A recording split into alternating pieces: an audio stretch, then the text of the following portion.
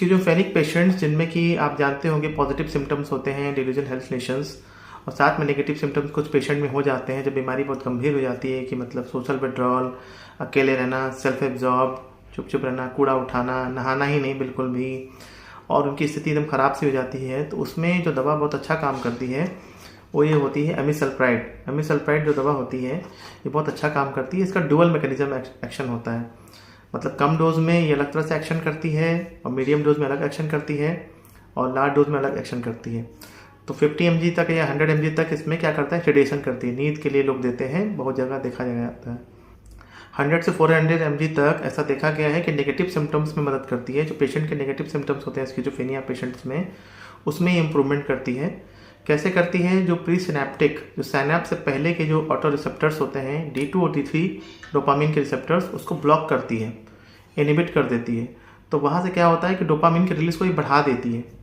ये इस तरह से काम करती है। तो उससे होता क्या है कि जो नेगेटिव सिम्टम्स होते हैं उसमें पेशेंट की इम्प्रूवमेंट आने लगता है, जैसे कि सोशल विड्रॉल, अकेले रहना, सेल्फ एब्जॉर्ब बिहेवियर, जो सीवियर स्किज़ोफ्रेनिक पेशेंट्स होते हैं उसमें हेल्प करती है।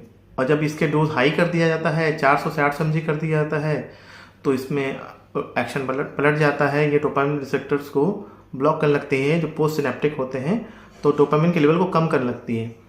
तो उससे होता क्या है, डिल्यूजन और हेलुसिनेशन जो होते हैं, जो पॉजिटिव सिम्टम्स होते हैं डिल्यूजन और हेलुसिनेशंस, उसको रोकने में, उसको कम करने में मदद करती है।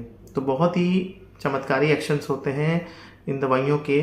जैसे कि कम डोज में क्या करती है, 100 से 300-400 mg तक नेगेटिव सिम्टम्स में हेल्प करेगी। जब डोज बढ़ जाएगा 400 से 800 mg अगर हम यूज़ करते हैं तो पॉजिटिव सिम्टम्स में हेल्प करती है। कम डोज में 100 से 300-400 mg में डोपामिन के लेवल को बढ़ाती है, खास करके मेसोकॉर्टिकल पाथवे में, जैसा कि मैंने हमेशा बताया है, क्योंकि वहाँ से इसका कॉग्निटिव फंक्शन अच्छा होता है।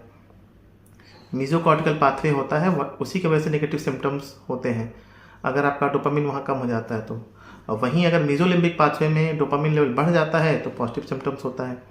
इस वीडियो को आप ध्यान से देखिएगा, दोबारा देखिएगा, तब जाके आपको समझ में आएगा। मैंने बहुत हाई लेवल का नॉलेज आपको बता दिया है, शायद आपकी इतनी ज़रूरत का भी नहीं होगा, लेकिन फिर भी मैंने बता दिया। बहुत लोग पूछते रहते हैं। तो एमिसल्प्राइड का इस तरह से एक्शन होता है। और भी ऐसी वीडियोज़ को देखने के लिए मेरे चैनल को सब्सक्राइब करिए। धन्यवाद।